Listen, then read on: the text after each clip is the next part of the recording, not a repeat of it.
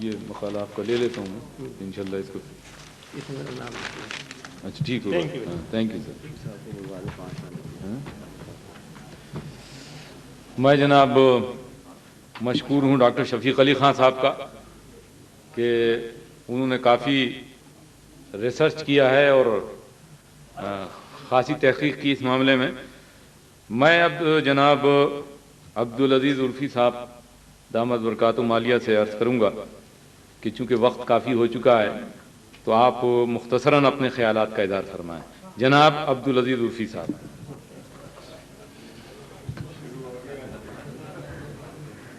اللہ السمیع العلیم من الشیطان الرجیم. بسم اللہ الرحمن الرحیم. الحمدللہ رب العالمین والصلاة والسلام علی خاتم الانبیاء والمرسلین. اس محفل کے صدر ذی وقار مسٹر جسٹس اجمل میاں، چیف جسٹس عدالت عالیہ سندھ، ڈاکٹر فرمان فتح پوری صاحب، علماء کرام، مشائخ نظام، عزیزان گرامی، چند صفوں پر مشتمل اپنے خیالات کا اظہار کیا ہے اور اس کا عنوان ہے قرآن کی مثالی شخصیت اور کلام رضا.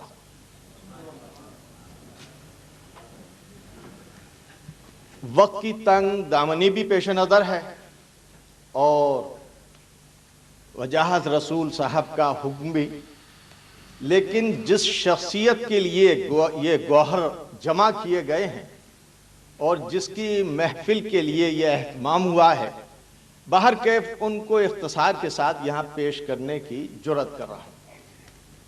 لغوی اور اصطلاحی اعتبار سے مثالی شخصیت سے مراد ایک ایسی ہستی کا وجود ہوتا ہے جس کے افعال و اقوال اور اعمال و کردار کی رفت کسی دوسرے فرد کی نظر میں اس درجہ قابل تحسین ہوتی ہے کہ وہ خود اسی کی طرح مائل بعمل ہونے کے لیے اپنے اندر تحریک و رغبت پاتا ہے.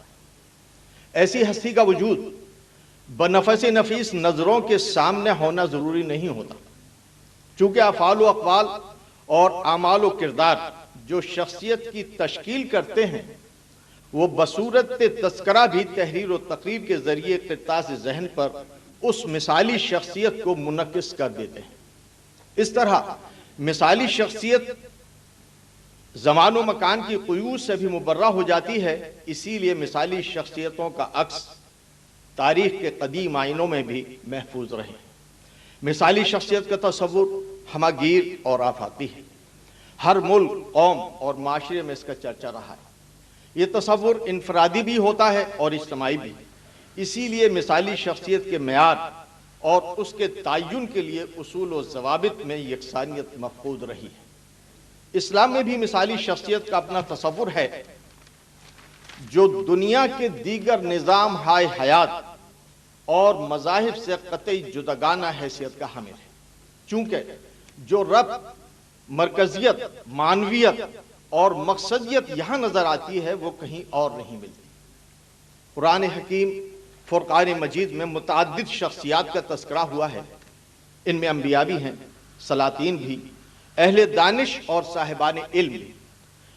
ان خوش نصیب افراد میں سے ہر ایک مثالی شخصیت کے کسی نہ کسی معیار پر نمایاں نظر آتا ہے.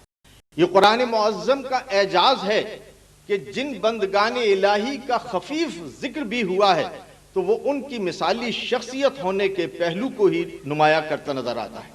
مثلا دربار فرعون کا وہ بندہ مومن جو خفیہ طور پر حضرت موسیٰ کی دعوت حق پر ایمان لے آیا تھا، جب اس نے ان کے قتل کے لیے فرعون کو آمادہ پایا تو تمام خطرات سے بے خوف ہو کر بھرے دربار میں وہ گویا ہوا کہ تم ایک مرد کو صرف اس لیے قتل کرنا چاہتے ہو کہ وہ کہتا ہے کہ میرا رب اللہ ہے.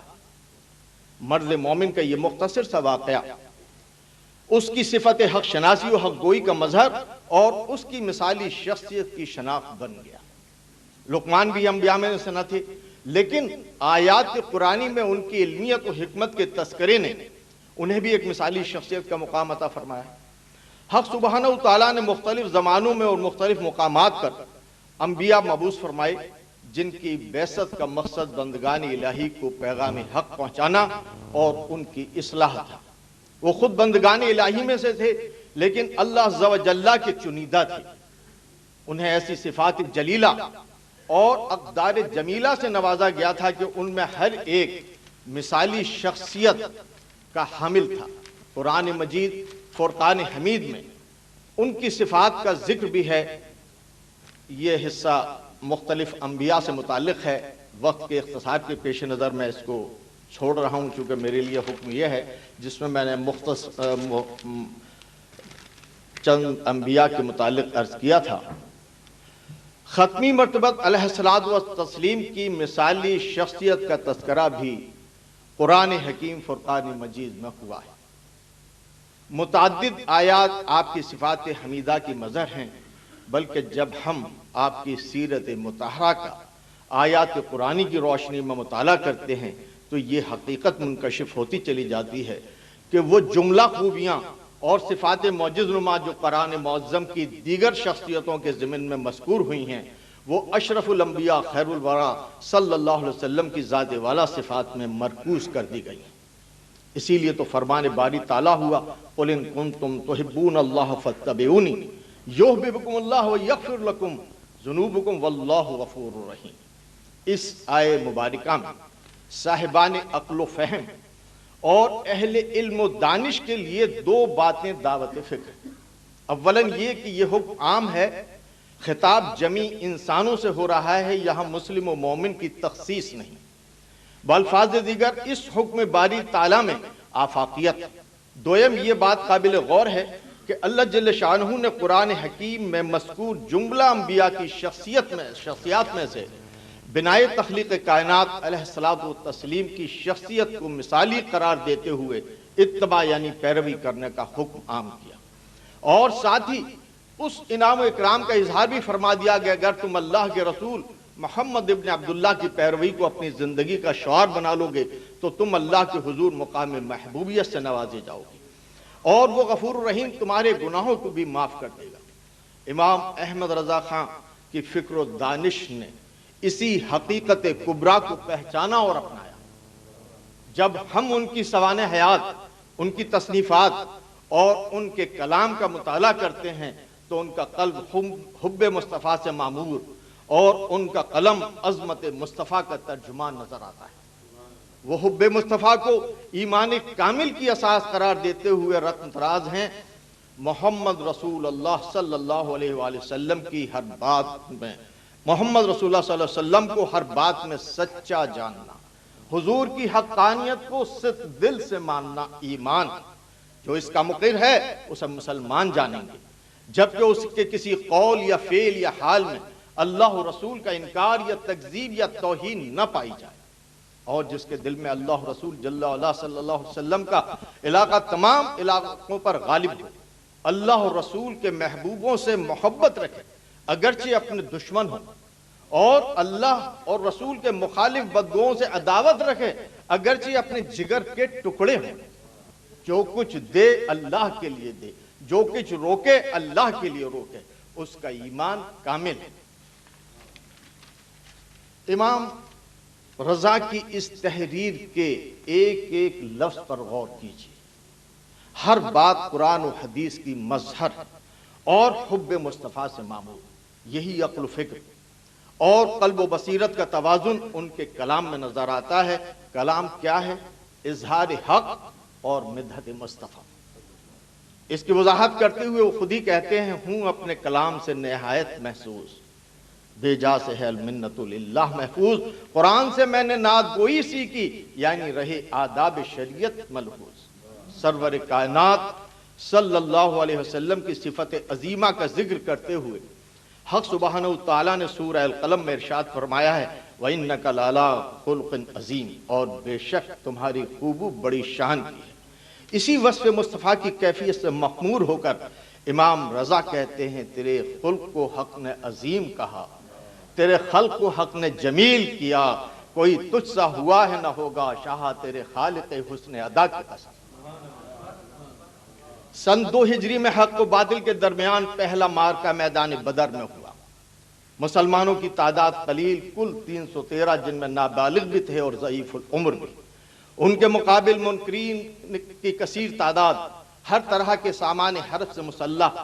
دوران جنگ ایک ایسا وقت بھی آیا کہ مسلمان شریک سے قریب تر نظر آنے لگے۔ سرور دین صلی اللہ علیہ وسلم نے اپنی مشت میں سنگریزے اٹھائے اور دشمنان حق کی جانب پھینک دیے۔ اللہ تعالیٰ کی مدد آئی، دشمنان حق میدان جنگ سے فرار ہوئے اور مسلمان فتح و نصرت سے نوازے گئے۔ سورہ انفال میں اسی واقعے کا ذکر کرتے ہوئے ارشاد باری تعالیٰ ہے وَمَا رَمَيْتَ إِذْ رَمَيْتَ وَلَكِنَّ اللَّهَ رَمَى۔ اور اے محبوب وہ خاک جو تم نے پھینکی، تم نے نہ پھینکی بلکہ اللہ نے۔ امام رضا اسی ادائے مصطفیٰ اور عطائے رب العلا کی جانب اشارہ کرتے ہوئے کہتے ہیں سنگریزہ می زند دست جناب ما رمیتا اذ رمیتا آیت خطاب۔ قرآن حکیم فرقان مجید کی مثالی شخصیت بارگاہ ربوبیت میں کس مقام محبوبیت پر جلوہ افروز ہے، اس کے واضح اشارے آیت قرآنی میں جگہ جگہ نمایاں نظر آتے ہیں۔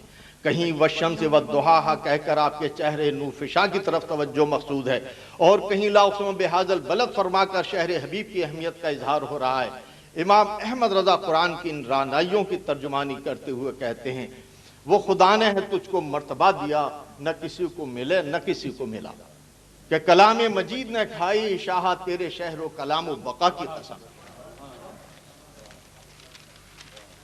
یوں تو قرآن معظم میں حق سبحانہ تعالیٰ نے جہاں جہاں بھی رسول اکرم صلی اللہ علیہ وسلم کا ذکر فرمایا ہے وہاں آپ کی مثالی شخصیت کے کسی نہ کسی پہلو کی جلوہ نمائی ہوتی ہے، لیکن سورہ نشرہ میں ورفعنا لک ذکرک فرما کر اس مقام رفت کی نشاندہی کی گئی ہے جہاں کوئی دوسرا بندہ الہی نظر نہیں آتا۔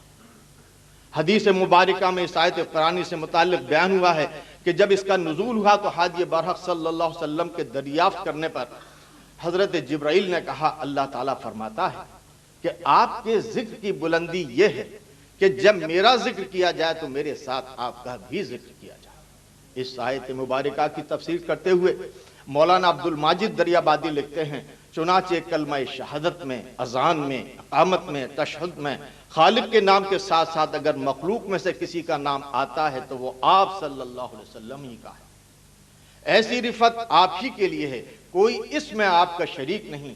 امام احمد رضا خان اسی امر حق اور عطائے رب جلیل کا ذکر کرتے ہوئے زمزمہ خواں ہیں رفت ذکر ہے تیرا حصہ دونوں عالم میں ہے تیرا چرچا۔ رفت ذکر ہے تیرا حصہ دونوں عالم میں ہے تیرا چرچا، مرغ فردوس پس از حمد خدا تیری ہی مدح و ثنا کرتے۔ صاحب قرآن صلی اللہ علیہ وسلم کو امی کہا گیا ہے۔ اسی لفظ کی نسبت سے یاران شریعت و طریقت نے نحو و لغت کے سہارے کیا کیا معنی پہنائے ہیں ان کا اعادہ یہاں ضروری نہیں، لیکن اس حقیقت کا اظہار بھی ضروری ہے کہ بہت سے صاحبان علم بھی اس راہ میں ڈگمگاتے نظر آتے ہیں، حالانکہ سرور دین صلی اللہ علیہ وسلم پر پہلی وحی کے الفاظ لفظ امی کی حقیقت کو سمجھنے کے لیے کافی ہیں۔ اقرأ باسم ربک الذی خلق، پڑھو اپنے رب کے نام سے جس نے پیدا کیا۔ اقرأ کا لفظ اس امر کی نشاندہی کر رہا ہے کہ آپ صلی اللہ علیہ وسلم کو صحیفہ دکھا کر پڑھنے کے لیے کہا گیا۔ وہ صحیفہ کیا تھا؟ صحیفہ ربانی جو اس سے پہلے لوح محفوظ میں تھا اور اب اللہ کے حکم کے مطابق اللہ کے رسول کے سامنے پیش کیا گیا تھا۔ اگر آپ نے کسی استاد سے باقاعدہ پڑھا نہیں تھا تو آپ یقیناً دنیاوی علم کے لیے امید تھے، لیکن یہاں آپ کو اس علم کا صحیفہ پڑھنے کی دعوت دی جا رہی تھی جو علام الغیوب اور معلم حقیقی کی طرف سے آپ کے لیے آیا تھا۔